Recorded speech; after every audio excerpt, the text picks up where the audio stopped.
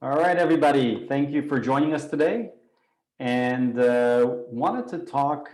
We've been getting a lot of inquiries about doing podcasting and how to start a podcast, and how it works, and all the nuances that go into starting something new. And so I ran into this person. We hit it off. I wanted to have him on our show. He has a background in podcasting. His name is Derrick Michaud, and he's the founder and CEO of Shelby Row Productions. And he has his own podcast. He's a show of Podlogics, the podcast. And just to kind of give you an idea, Derrick has been in the audio space for all of his life. And a few years ago, he started freelancing podcast editing. And then when he realized he couldn't do everything for his clients, he decided to hire people, and then realized he was starting his own company. I don't know if this sounds familiar to a lot of us out there. It's been 2 years since Shelby Row Productions came to be. And since then, Derrick has hired over several team members that have helped him grow his business. And first of all, Derrick, thank you for joining us. Thanks for having me, Eric. Thank you so much. I appreciate it. Thank you. So I have to say, I told you earlier, I love your website, first of all. And Okay. so since I'm in search engine optimization, and one of the things that we have to keep in mind is when people land on your website, that they stay there, and it's informative. It's a good user experience, and they're clicking around, and they're doing their thing. And so when I look at your website there, it's nice and clean. You have your team. It looks like you have a pretty good team that it has different skill sets that are all like a piece of puzzle that come together. And then you have your services, you have your pricing. Everything is there that you can see everything and digest it, and make decisions and see if you want to book a consultation. I tip my hat to you. A lot of people, they fail at that first part, and then they wonder why their digital marketing campaign isn't going as well as it should. Well, my web designer would be very happy to hear all of those compliments, and I take it to heart too, because he and I worked in tandem. He's the designer, and he's the one that can put it together for me. But he's also got a great eye, and he's the one that chose the colors, and he's the one that chose the layout and the text, and he put together an awesome presentation for me on the different color codes and different styles that I could have gone with. But where I came in was how to build it, how I saw it as a hub for anyone interested in doing podcasting with us. And early on, I started looking at other podcast agency websites. And there was a few things that were pretty glaring to me that were pretty consistent. I didn't know the who. Like, who is this website? And is it a person or is it a team? What are the prices, right? Okay, you list these services. Well, show me an example of that service that you do. And they were very busy and not focused. We do these 15 things, we can do these 15 things for you. And it was very just busy and noisy. Now, did I look at 100 websites? No, I looked at only a handful, but it was enough to know.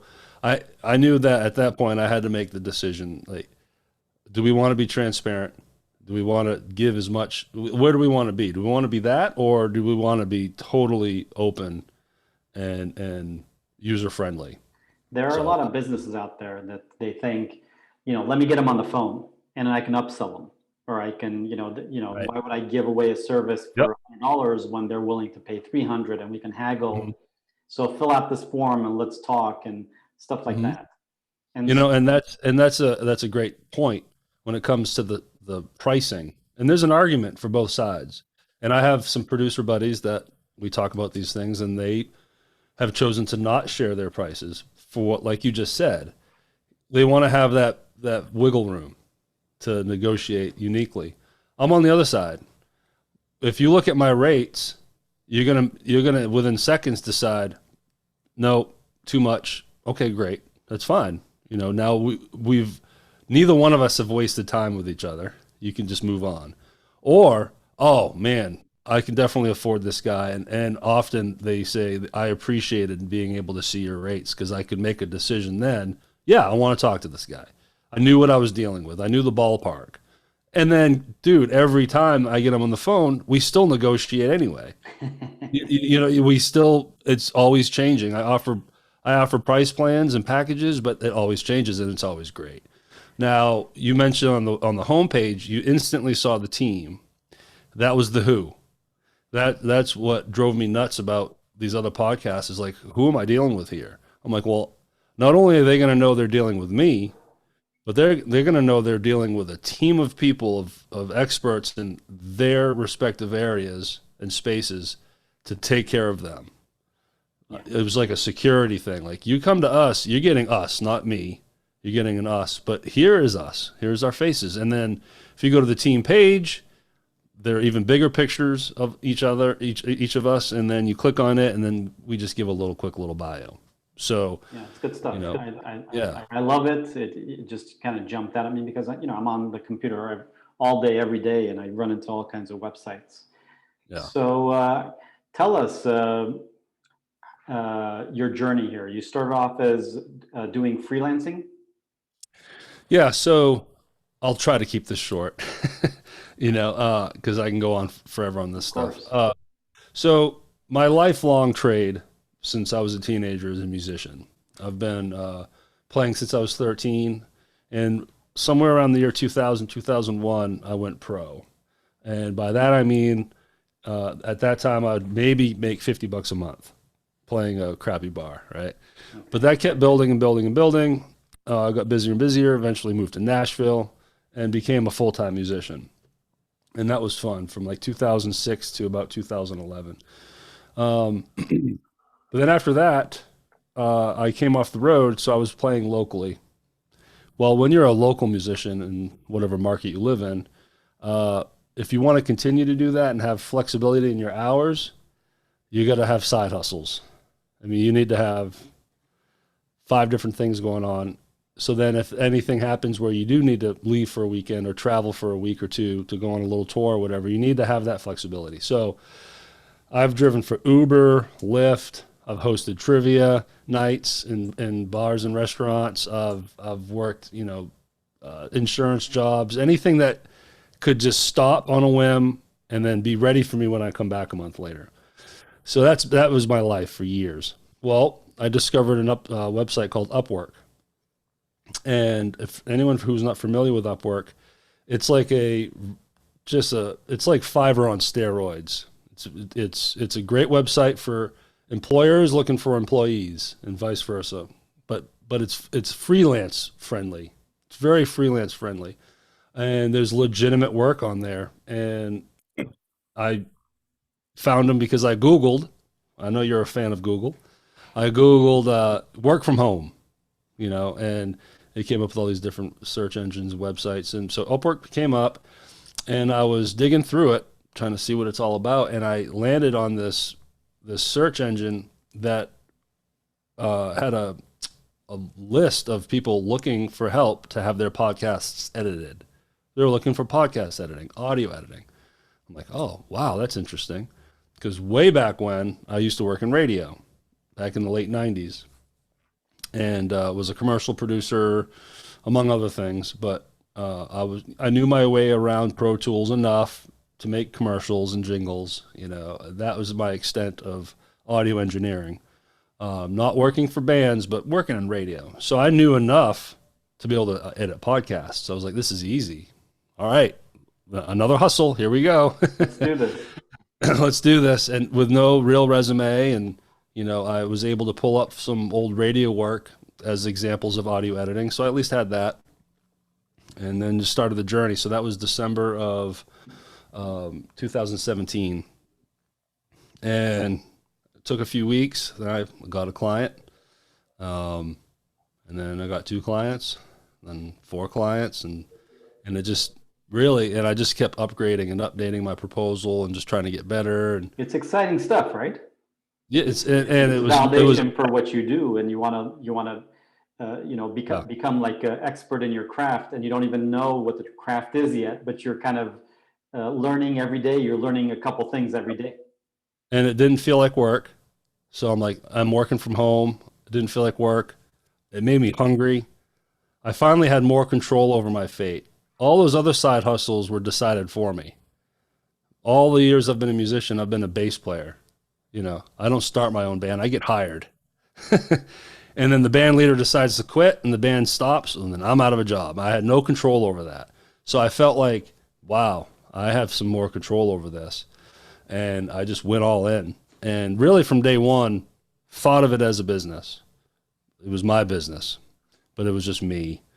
And it was exciting and it was very eye opening to see how the need the need of it was like, wow, the demand was high and I was getting work, I was getting traction and tons of interviews, the sales game. So if I landed, 10 clients in a year, that was like 100 interviews. That's how many people were wanting to do podcasting. So I felt like I was onto something and I just kept going and building as fast as I could, as much as I could, to the point where I kind of hit that glass ceiling.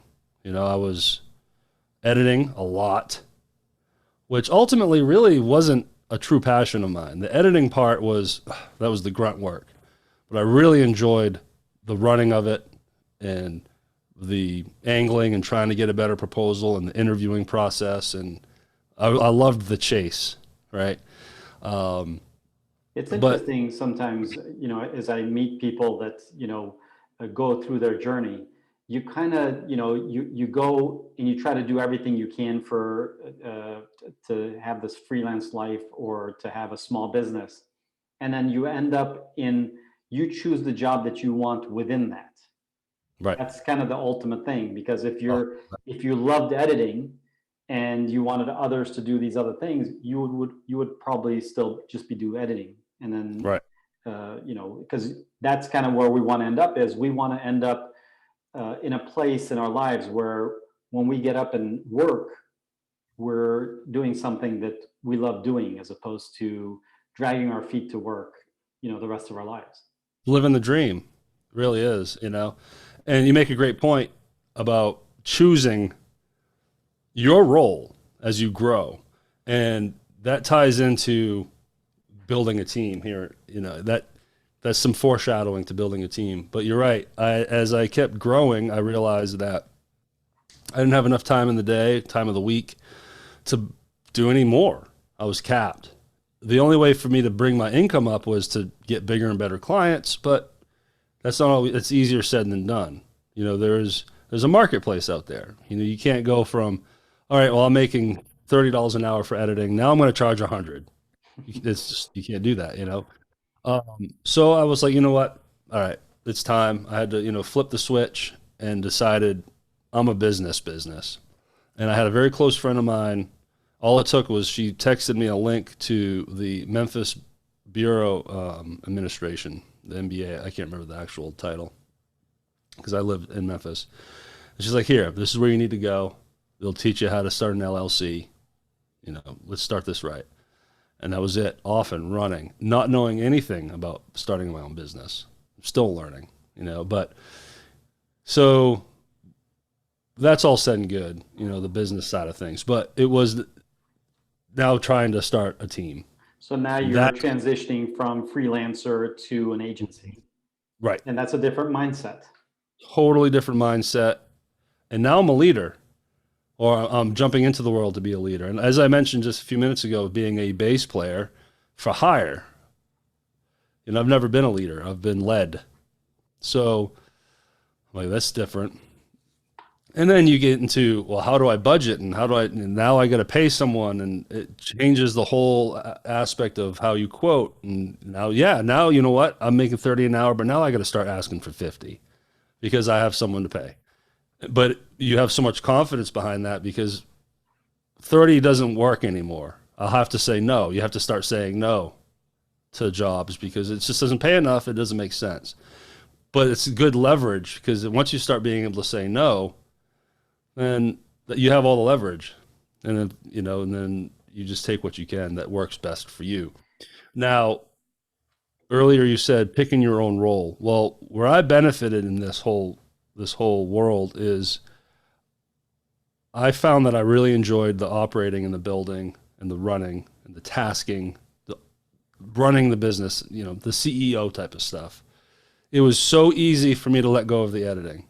I couldn't let go of all of it at first. I had to trickle. I got one editor. I hired one guy at the beginning. Now I have 6 editors, right? And I gave him one podcast to edit. Just get that 1 hour off of my plate a week. Cool. At the time, though, I had no business giving that money away. I was bootstrapping at 101, credit cards, the whole bit. But I knew I had to get someone worked into the system. And sure enough, I was able to now propose more and meet more clients and get more work and give him more work and then eventually give up more of my work to the point now I haven't edited in 18 months, Wow. So that's been nice. Wow. Now, the problem, where things get tricky for producers like myself is they have trouble letting go. They struggle with the let go. They're an editor. They feel like they're an awesome editor, but man, they can't let go of the editing because they're the only ones that know how to edit that stuff. I don't know if it's just a editing thing. There are small businesses that that they play to their strength. They grew, and now they have to step away from that role to be able to continue to grow. And they always are like, okay, but I built this business based on this one job, and we're known for this, and so we can't have it lag. And so it's tough to give it up. It's tough to say, okay, I'm not the only one on this planet that can do this. And if they're messing up, I'm right here. I'll see it and I'll fix it and train the person. And if they decide to leave or whatever, I can still do it as almost like a crutch until I get somebody else, as opposed to this is what I'm doing the rest of my life, and that's that. Well, even that changes because again, I was fortunate that I didn't have that ego or that attachment to that one thing. And I knew I was the dumbest guy in the room. I hired editors that were just better than me. Okay. Well, now we're doing work that I can't do. I'm just not qualified. I'm not, qualified, or I just don't have the skills to do the super high level editing that we're doing for most, we still have plenty of Zoom podcasts we edit too, but we're doing some high level stuff as well with like sound effects and kid actors and doing like fictional type podcasts. I can't do it. So that's another fear that comes in. You're like, okay, now you're in a position where you you're really relying on that person. And that's another game changer. So that's how I built it though. And then the other part of it was I was losing opportunities because of services that people wanted that I did not provide. Graphic design is hand in hand with podcasting because if you want to submit a podcast, as you know, you need cover art. So there's some graphic design. You always want to have a little summary or description of your episodes. So when you put them on iTunes, you have a little description. Some people don't want to write that. They want to hire a writer to do that for them. Not my skill set. Transcriptions. People love transcribing their podcasts so they can put them on their website, use it for editing purposes. I am certainly not a transcriptionist. So you see where I'm going. So not only did I want to give up editing to open bandwidth, I wanted to bring on people that could do these other things that I kept hearing requested. It was over and over. They wanted audiograms, videograms, transcriptions, show notes. It was constantly, people wanted all these other parts to it than just audio editing. And they only wanted to deal with one person. They didn't want to be like, okay, Derrick, well, we'll use you for editing. That's cool. And I'll find people that could do the other things. They're like, we just want to deal with one person. Yeah. Whether it's a freelancer or an agency, we want to deal with one person and have all that stuff taken care of for us. And I had to say no. And I had to be honest that, I couldn't fake it to make it too much, And that was the game changer for me. I'm like, all right, I have to find people that can do these other things. And that's why I have a decent sized little team. I have a writer, a transcriptionist, a bunch of audio editors, video editors, audio engineer, video engineer, graphic designer, web designer. We're a one-stop shop, if you will, for lack of better terms. Anyone that wants to come to us to start a podcast, now I have all the pieces so we can do a full production for you. So when you onboard a client, are you the one that they're dealing with? Yes. And Yep. if they have different things that they need done, you're saying you're a one-stop shop. Mhm. Throughout the whole process, they're dealing with you and only you? Yes. Now I'm farming work out. Yeah. I'm not designing the artwork. Exactly. I have someone now. Yeah. So you're providing a service beyond the service that you're providing. Because a lot of times what happens is, let's say you're a small business, you're selling t-shirts in your local town, or you're a restaurant, or whatever the case may be. Yeah. And so instead of finding someone, instead of going out and saying, okay, I want to do a podcast and I want to have all these things that go with doing the podcast, like you said, graphic design and some of these other things. So I'll use Derrick for this, but then I'm going to find another person for that and another person for that. Instead of dealing with 5 or 10 people, they would prefer to deal with one person that kind of quarterbacks the thing. Yep. And so that, I think, for a small business is very valuable. I think that it's confusing to a lot of small mid-sized businesses where it's almost like there's 10 things to do, and if one of them don't get done, then the project doesn't get done. Yeah. As opposed to having one person that's getting everything done, doing some of it themselves, and the rest of it, or having others do it and piecing it together and presenting it to the client. I think that that's a very good business model and a business plan, because as you have your limitations on time, you have to understand that a lot of small business, mid-sized businesses have that same limitation also, and they're trying to optimize their time also. Yeah, it's key. Time is money. What would I say? A dollar spent is a minute saved. So, I've made less money on things because I just knew I needed to have more time for these other 3 things that's going on. But yeah, not to make this like a sales pitch here, but yeah, when someone comes to me, or they want to talk to the company about podcasting, I'm the person, and I work with that person through the whole developmental phase, everything, and get them up and running. And we can fine tune all of that for another episode. But I'm there to get them published and get them situated and get them managed, because podcasting. What's interesting with podcasting, and talk about business model, what makes podcasting an amazing business model is because it's repetitive work. It's not, oh wow, I'm going to get $5,000 to design this website and then not have another client for 6 months. It's, oh, I got a client that's paying far less than that, but it's every week. It's every 2 weeks. It's constant. People get into podcasting, as you know, want to keep a schedule. And often the model is weekly, right? Weekly episode. So it's just great because it's continuous work. But that also brings in deadlines. So me as the guy, like you said, the quarterback, I'm working with 5 different people on my team to get one episode done, and certain things are due at different times, and the ultimate goal is that everything is ready and approved by publish day. And that's a hard day to meet, so there's that as well.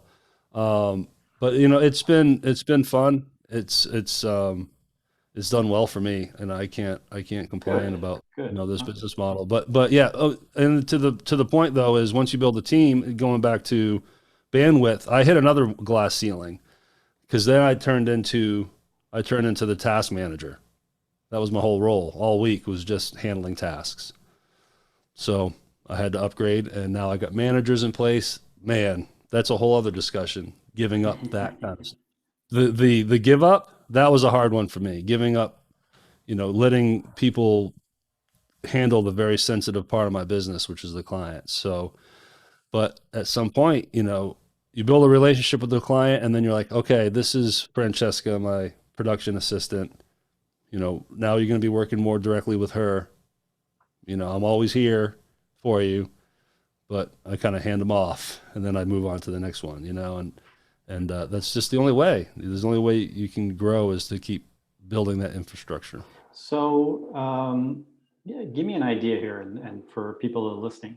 So, when you're building a team, uh, how do you differentiate between, you put out a job post, I'm assuming on Upwork or Indeed or Yep. wherever, and Yep. then you find someone, you find several candidates that seem like they have similar skill sets.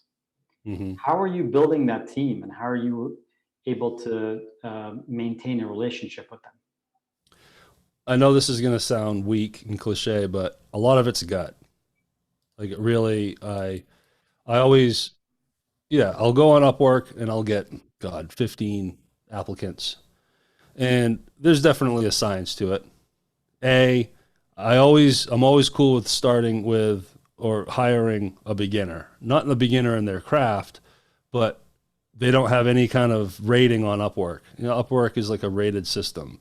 Well, the more jobs you have, you start getting different kind of uh, badges and showing X amount of money earned, and that helps you in searchability and hireability and everything. I'm okay with getting the younger kid that's just starting out in the freelance world because they're hungry and they're brilliant.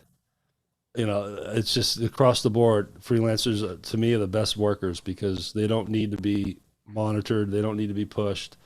They're happy to work at home and they're doing their craft. When I hire an audio editor, that guy or girl is an audio editor, and that is what they're into and that's their passion. So, but so obviously there's money, how much they're looking to make an hour. I have to go lower, so there's that. Um, and then I'll just get on the phone call with a couple and just start having a conversation. And I can tell at that point if it's someone I can work with. I need to be able to chum and talk, and I'm big on getting on the phone. I'm definitely on the Zoom calls with my team. I don't just set it and forget it. I need to be I need to have someone personable, and so really that's it. It comes down to the person. If they're not a good editor, then that's a different Of ball game. course. But I've also been very trusting. It's like I get a feeling this is a good vibe with this person. The work is great. You're hired. I mean, I've hired people on the spot during the interview. I just know, okay, this is the person, and then I'm like, all right, you're hired, and I just go and I just move forward. I've never had to let anyone go.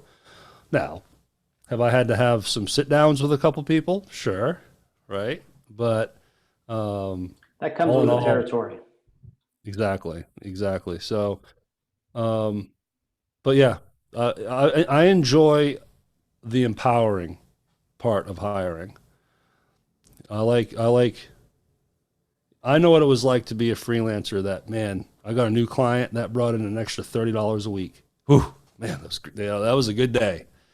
It's exciting. I just built that. I went out and found that, and now okay, now I'm making $30 more a week.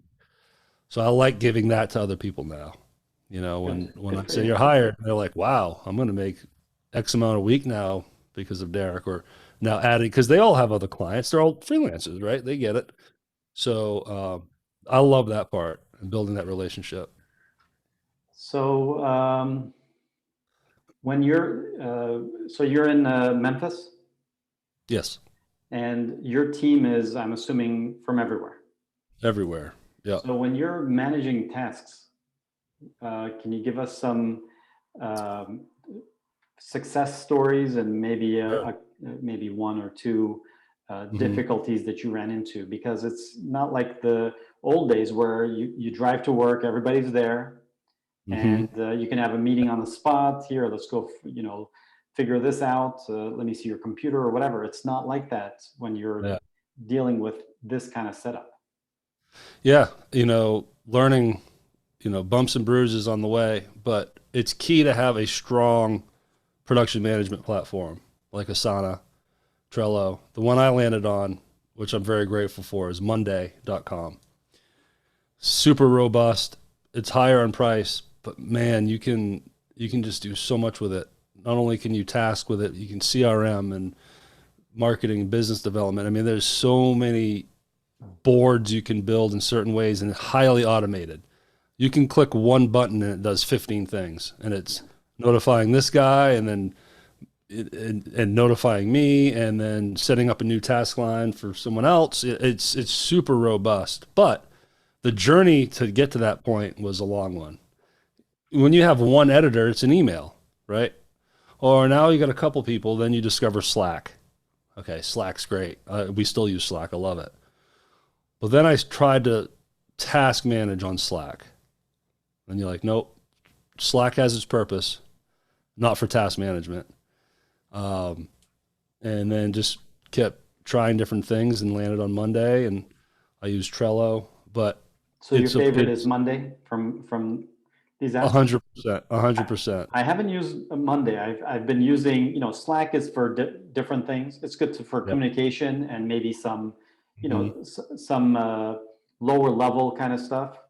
I use ClickUp a lot, and I've used Asana. Mhm. So you've used those, and you recommend Monday over those. Well, it depends on what you're looking for. Trello is amazing for certain things, and it's kind of basic, and I love it, and I use it for certain things that Monday and Asana doesn't provide for me. But what Monday gets you is automation, and that's key. And what happened was I started using Monday, and I was the task manager, and I had my own system, and I built the boards how I wanted, and made all the status buttons do certain things that worked for me. But then when I brought in task managers, I have two, that quickly exposed the system, because the system wasn't Monday, the system was me. you know, just doing things my way. And that's where it gets hard to let go, because now it's one thing to let go of editing, but now it's like, oh my God, I'm giving a piece of my company to someone to run it. But then my web designer helped me out, and he and I worked a good 2 weeks on really dialing in. You can make your own Monday system specifically for you and how you operate and how many team members you have. I mean, you can really dial it in for yourself. It's so intuitive. And we were like scientists figuring out, this button does that button does this person's getting notified. We tested, filled gaps, found issues, and so on and so forth. But now we got a system. Now we have a strong system that can handle a lot of tasking, and also makes it easier to do the tasking. So not only did I get help by bringing in managers, but the 30% of the company that I'm still tasking like 30%. That 30% is easier now. So I would say, when it comes to tasking a team, it's all, and being remote, you have to have a good platform. Asana might be the one for you, and it's a lot cheaper than Monday. I'll give you that much. But you gotta learn how to be able to do that. If you want to task a team of 10 people all through email, Yeah, that's not going to work. It's not going to work. But then also, you as the head manager, you need to be an organized person too. That's very helpful. I'm kind of OCD in that sense. My brain is like rows and columns of a spreadsheet, so it's become easier for me to keep track of all that stuff. But, and it helps with deadlines. You can set due dates for people. This is due by this day. And if it's running late, I get a notification, and you're going to get a notification saying, hey, don't forget. Yeah. So it's a full safe thing. Now it can strip personality.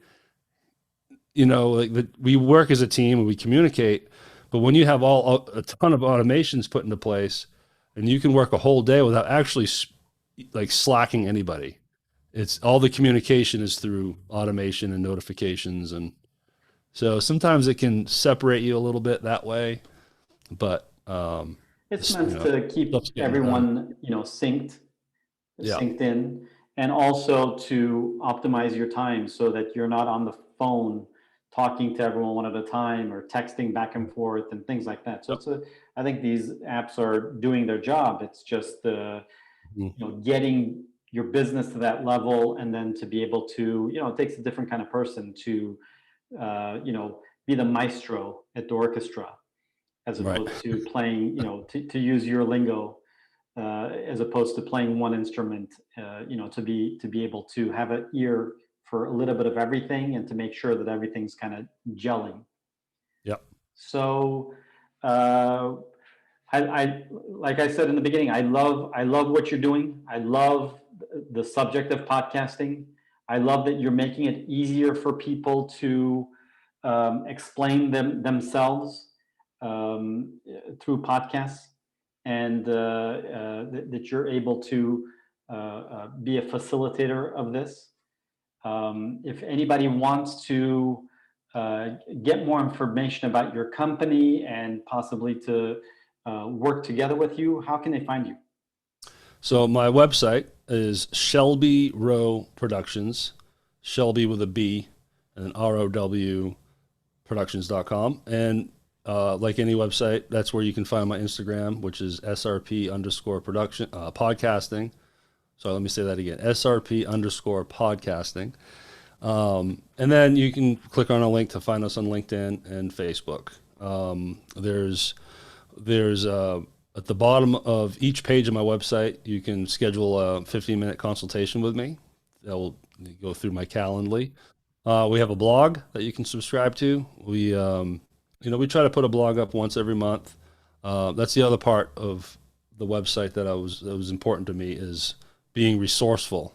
Give information. You can go on our blog page and learn all kinds of different things on how to podcast. The first 4 episodes of my podcast, called PodLogics, is a 4-episode series on how to start a podcast. You can listen to those, and if you really wanted to pay attention, I'm teaching you how to start a podcast as a way to just give quality content, knowing full well that really what it does is gives credibility. Okay, he knows how to start a podcast, but I still don't want to do it, so I'm going to hire Derrick. But the most difficult thing always is the first couple steps. And yeah, so once you get it rolling, you see, oh, I'm not good at this, or I don't like this, or I love this, and how can I do more of it, and how do I, and your brain starts swimming in that direction, and then you find different ways to do things, and then you may think that you can't afford to hire someone like you, but then you find ways to monetize and do things, and suddenly we're chasing our dreams. All of us are looking to do things that add value to our life, and we get to enjoy, as opposed to taking 8 to 12 hours out of our day and counting it towards, it's a chore I have to do so I can enjoy the other 5 hours that I'm awake besides sleeping. Those days, I think that's what a lot of people are fighting for, is to be able to enjoy their work day also, their hours that they're working. And so I commend you on putting this out there for people to be able to say, okay, I've always wanted to do this, because podcast is growing by the minute. And big so time. Yeah. it kind of opens the door for people to say, I don't know how to record, I don't know how to edit, I don't know how to transcribe, I don't know. And then there's a full stop shop like yours here that they can implement it and see if they like it. I think podcasting is amazing, whether it's audio or video form. Regardless, the point of it is anyone can do it. Yeah, it takes some money, more than others, but you have the ability and the access to do it. And radio shows have to be syndicated. Radio signal cannot go across the country. If you have a radio show and you want to be across the country, you have to be affiliated with other radio stations. In podcasting, you're syndicated around the world. That's it. Anyone can access you. Anyone, and like I mentioned to you earlier, as we were doing the pre-show, I have a meeting tonight with someone in Singapore and Australia. So with the power of podcasting and Zoom, That's it. and that's it. You can have a voice for the entire world, and it's global. So, and it's a great marketing tool for business, which could be another another episode as well. But look, thanks for having me on here. I appreciate it. Thank you, Derrick. Thank you for sharing your nuggets of wisdom. And I will put all your information on our blog post, so that if anybody has any interest, they can reach out to you. Thank you so much. Sounds great. Thank you. Thanks, Eric.